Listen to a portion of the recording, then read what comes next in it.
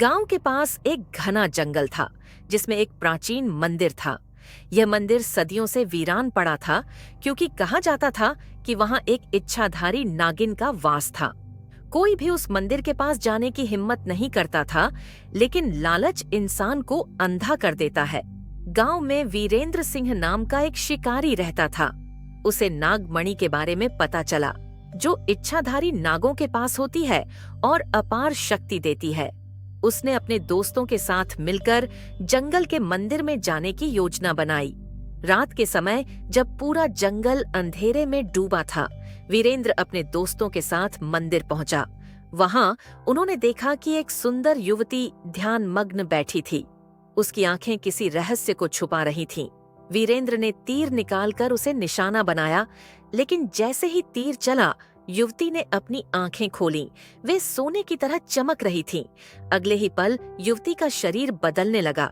उसकी त्वचा पर सांप जैसी चमकदार परत उभर आई और देखते ही देखते वह एक विशाल नागिन में बदल गई।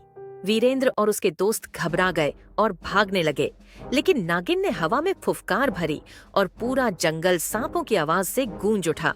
उसके लंबे काले बाल हवा में उड़ रहे थे और उसकी लाल आंखें गुस्से से जल रही थीं। तुमने मेरी साधना भंग की, अब तुम सबको इसका अंजाम भुगतना होगा। नागिन की आवाज पूरे मंदिर में गूंजी।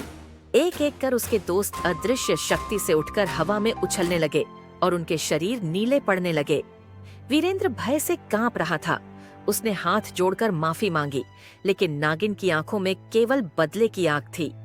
तुम्हारा अंत तय है वीरेंद्र, नागिन ने कहा और अपनी शक्तियों से एक तेज रोशनी फैलाई। वीरेंद्र जमीन पर गिर पड़ा और उसका शरीर धीरे धीरे सांप की तरह रेंगने लगा। वह खुद एक नाग में बदल रहा था। अब तुझे उसी जंगल में भटकना होगा जहां तूने मेरी शांति भंग की, नागिन ने कहा और फिर एक तेज रोशनी में बदलकर गायब हो गई। गांव में वीरेंद्र कभी वापस नहीं आया, लेकिन लोगों का कहना था कि जंगल में एक विशाल काला नाग हर रात मंदिर के पास देखा जाता है, जो इंसान हुआ करता था। शिक्षा, लालच और अहंकार हमेशा विनाश की ओर ले जाते हैं। जो प्रकृति और जीवों से खिलवाड़ करता है, उसे उसका परिणाम भुगतना ही पड़ता है। दोस्तों, कहानी सुनने के लिए शुक्रिया। ऐसे ही नए कहानियों के लिए हमारे चैनल को सब्सक्राइब करें। मिलते हैं अगली कहानी में।